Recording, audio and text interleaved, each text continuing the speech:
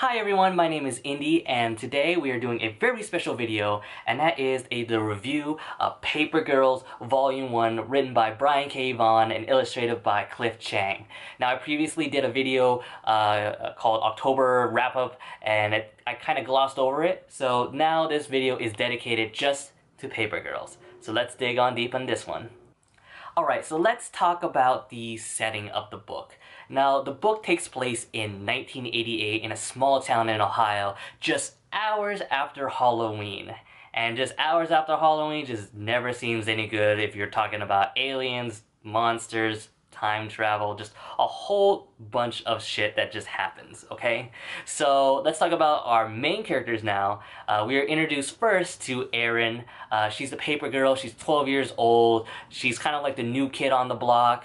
So eventually she meets all the rest of the girls there. That is KJ, Mackenzie, and also Tiffany. And these girls all band together to just deliver newspapers.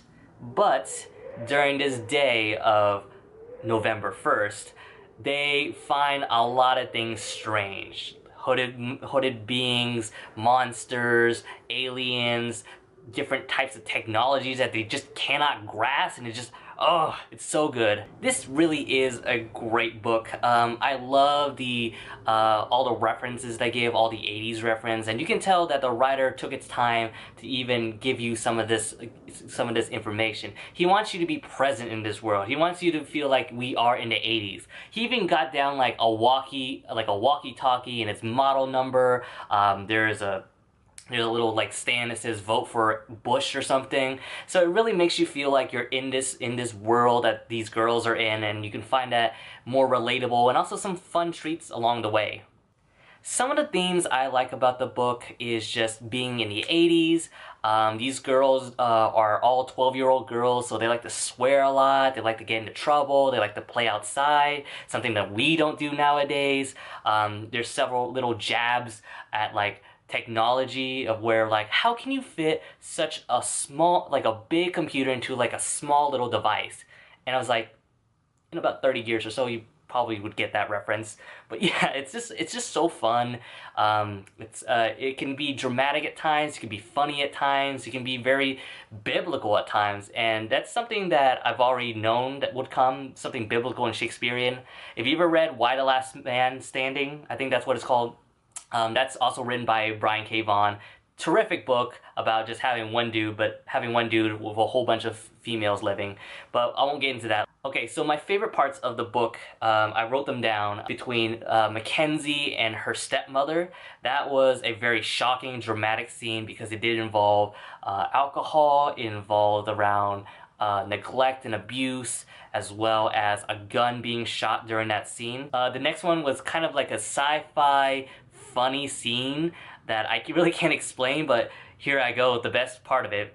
So the girls are in this forest and they get attacked by this kind of Valkyrie kind of woman on top of a giant pterodactyl, and I'm just like, what is going on? And so one of the girls comes up and is like, okay, what do we do? What do we do? Everyone's all panicking. We'll surrender, we'll surrender. And then one of the girls, I think it was Tiffany, she pulls out the gun and she's like, bitch, I am not getting eaten by no fucking pterodactyl. You better step the fuck away. And I'm like, damn, Tiffany, you got some balls. Oh my god, that was so funny. What else did I have shoes in? Tiffany's flashback, that one was also good. Tiffany finds this like sewer monster, alien kind of thing, and it wraps it around her, and there's this flashback of her just playing on her like on her Atari of this, I believe, a Pong game, I don't know, but there's like 2 to 3 splash pages of her getting it on Christmas. There, she's still playing it on like springtime, summertime.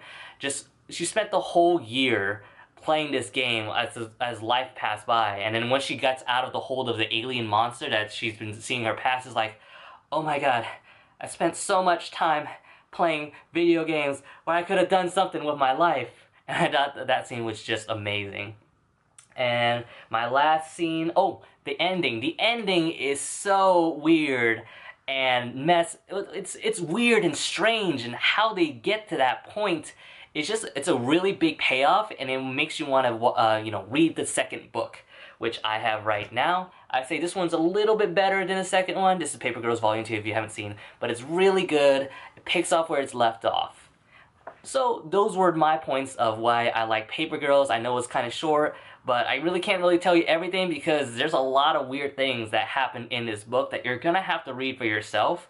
If you want me to go in more detail, just let me know. I also got Volume 2 right here, as you just saw. So if you want me to do that, Volume 2, just let me know, okay? See you guys later, and thank you for watching my videos.